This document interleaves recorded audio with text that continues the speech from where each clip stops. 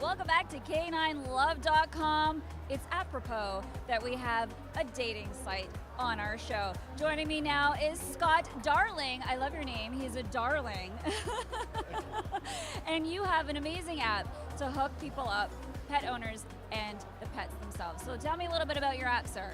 Well, my app is called Sniffr, S-N-I-F-F-R, and it's a GPS location app that allows you to meet other dog owners near you, and you can get their details, their relationship status, their dog's details as well. So you would put a photo of yourself and your dog on there, and you can see who's close to you and set up that play date at the park or any other pet play date. You can see behind us. Or any other kind of date. Like a cafe. Yeah, absolutely. And the couple behind us, they've hooked up. Like, they met. I believe so, yes, absolutely. Everything looks good so far. So tell me, how did you discover or come across the app or develop the app in your mind?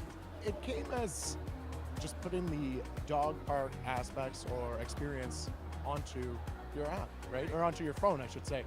You don't have to leave the comfort of your own home now to network with those other dog owners and set up that date ahead of time, whether it's a play date or a real date.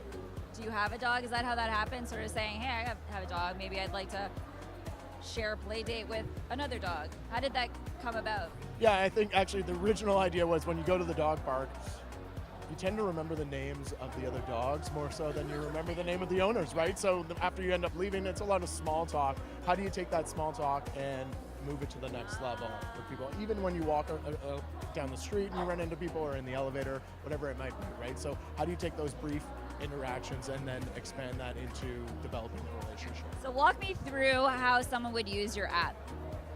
So you would log on, and as I said, you would upload a profile and multiple pictures of you and your dog, and then you would start scrolling through to see other dogs in the area, and dog owners, I should say. And once you geographical. Yeah, absolutely. So the closest to you to furthest away as you scroll down the list. Okay. And once you find a profile you're interested in, you can click on it, view all the different photos, right? Get the information of the owner and the dog, like the photo, favorite the user, start the conversation. Right. And as well, I mean, it's not all fun and games. We do offer discounts or coupons.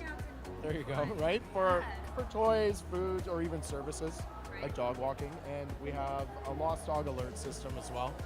In case your dog goes missing or gets stolen, you can instantly send out a photo, the last known location, and a description of your dog. So we're hoping to really improve that process where we can find dogs instantly. I like that a lot. Now, if I wanted to use the app specifically just to set up a play date for my dog, not myself, is that possible too? Yeah, absolutely. So we do have a relationship status. By no means is it only for single people. Okay. Of course, people are going to take advantage of it that way. But if you're in a relationship, you can simply state that, and you can search dogs by breed. So what we find is a lot of smaller dogs don't do well at the dog park, right?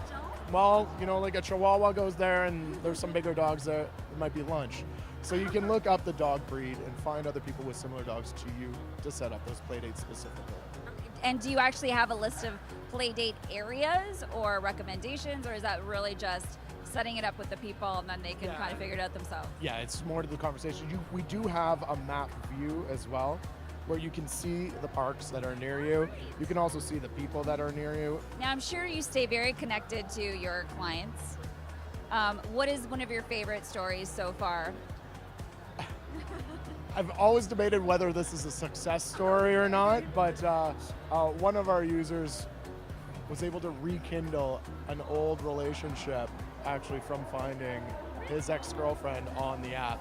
Now, how it worked out in the end, I'm not sure. So that's where we're going to end that story. But yeah, that's definitely one of my favorite ones. How do you evolve it? What do you think is coming next? So what we like to do, and the reason we've included the coupons and the lost dog alert system, is to grow it into a must-have for all dog owners, right? So yes, now it's more of a dating for dogs, dating for people. Once we can get it to a must-have, then we can potentially incorporate a store. I think they're arguing back there. I think they're having a dog spat. This date might not be going so well, yeah. It's Lady and the Tramp. We should have had pasta. Anyway, go on. So from there, right, then we can offer services and coupons from third-party vendors and just be a central hub for all of that. So there's a lot of capabilities in what we can do. Do you think they stand a chance back there? I think he does. I think he does. I love the bow tie, though. He got dressed up for the date. That's so sweet. Always get dressed up for your date. Thank you so much, Scott. We have more coming up on caninelove.com, so stick around.